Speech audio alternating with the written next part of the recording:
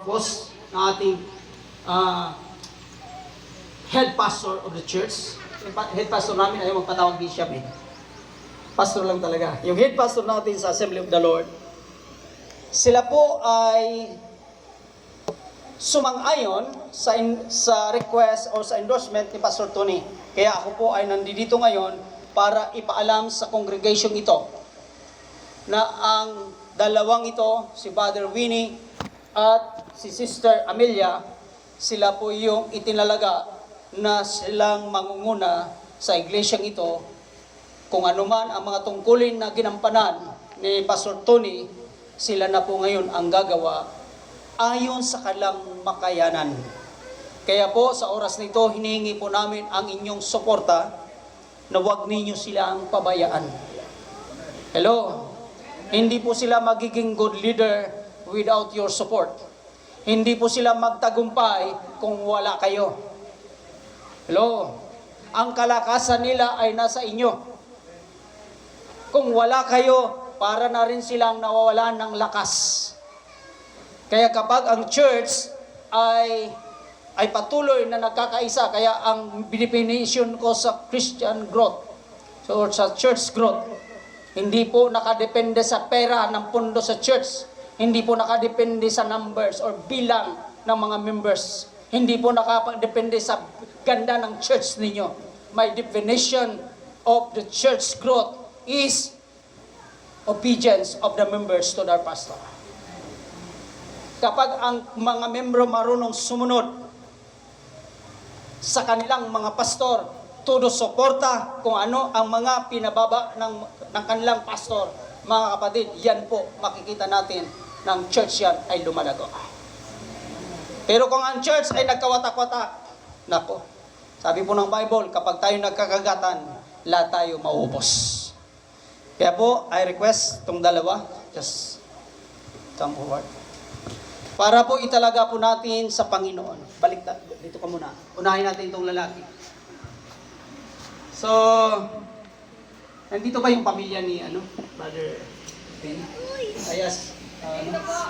Dito ka po, sis. May husband ka pa po, sis. Wala na. Dito. Tagal na. Okay? Kapatid mo. Okay? Dito kayo sa likod. Alam, minsan, ang mga pamilya, minsan dito po ay suklat sa leadership minsan. Kaya pag nangaral si Pastor Winnie, sasabihin, di ka ninabor na git mama mo. Hindi mo gani nadala ang kapatid mo. Kaya pinapunta ko dito sa unahan, hingin po namin ang inyong suporta. Tandaan nyo, si Brother Winnie, hindi na po siya pangkaraniwang tao. Lingkod na po siya ng Diyos. Kaya kung kayong mga kapatiran, ang pagtratar nyo kay Brother Winnie ay member lang, please, taas-taasan natin ang konti. Bilang isang manggagawa sa Panginoon. And they deserve it. Bakit sila po ay naglingkod sa Diyos? Kaya mga buhay na ito, na italaga natin sa Panginoon. Kaya natin na sila po ay sa kanila pong journey, patuloy nating suportahan, lalo na sa mga pamilya. Na kung saan man umang mga gawain na nandoon sa Brother Winnie, nariyan ang inyong suporta. Nariyan ang inyong suporta, lalo na sa wife. Huwag mong iwanan si Brother Winnie. Huwag mong hayaan na iba ang tumabi sa kanya.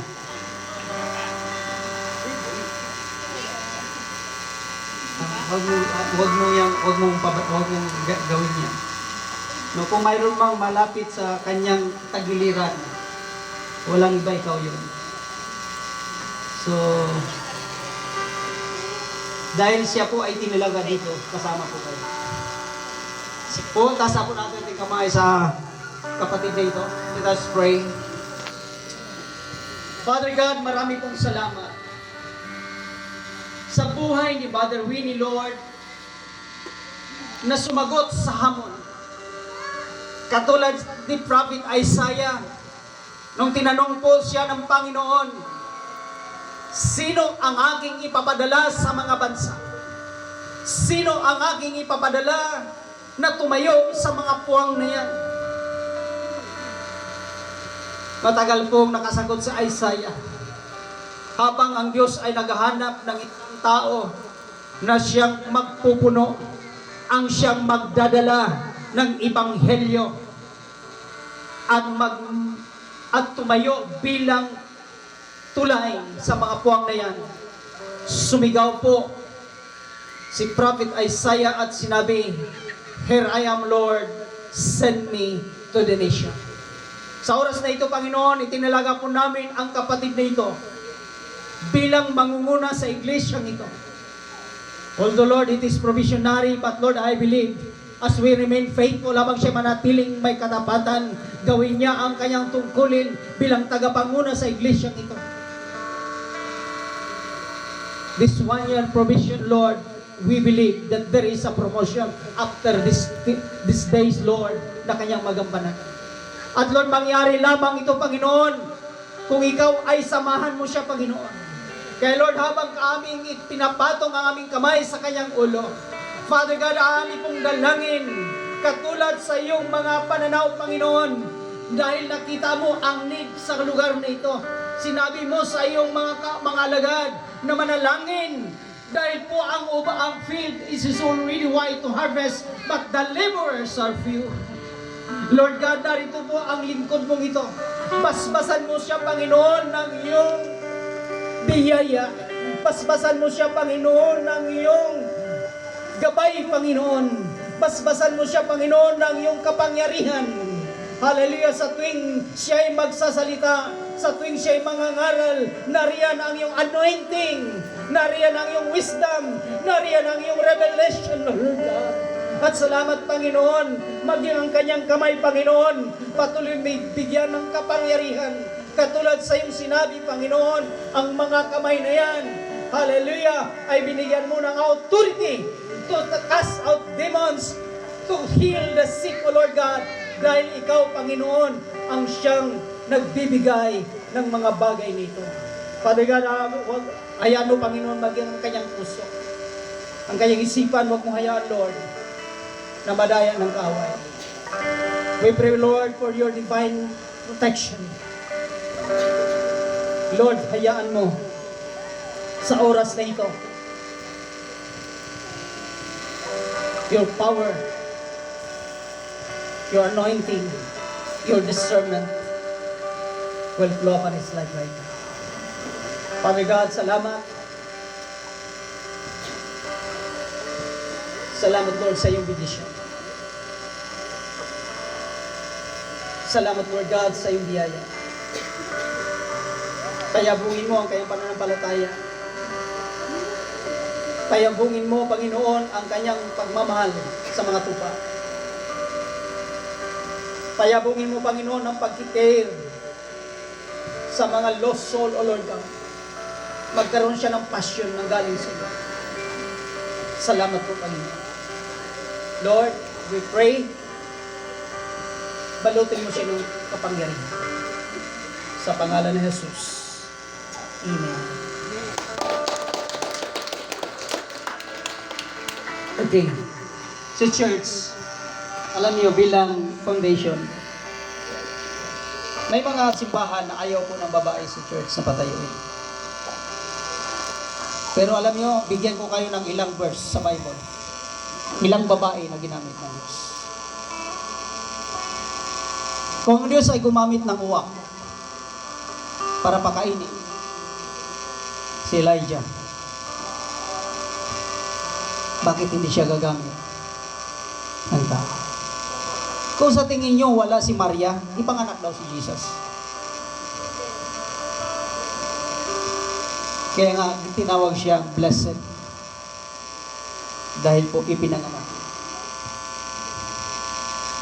sa kanyang sinapupunan si Jesus. Cease whatever works of the devil para babain, ibaba ang iyong dignity. Huwag mong kalimutan, ang dami pong mga babae ginamit ng Diyos. Do you imagine the first preacher sa resurrection ni Jesus? Bakit hindi si Pedro? Bakit si Maria pa? Pero kung may malalaki man lang, alam niyo, sa totoo lang, miss ko talaga mga lalaki. Sabi ko, kung may mga lalaki man lang, mag-commit na kamo sa Panginoon. Hello? Pero wala eh.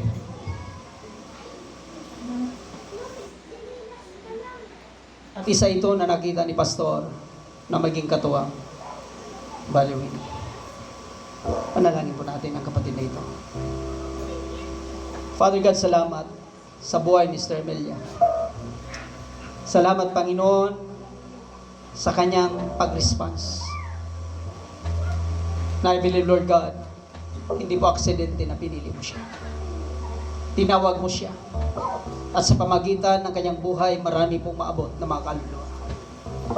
And the first very mission ng church is to reach out. But Lord God, this is our ministry.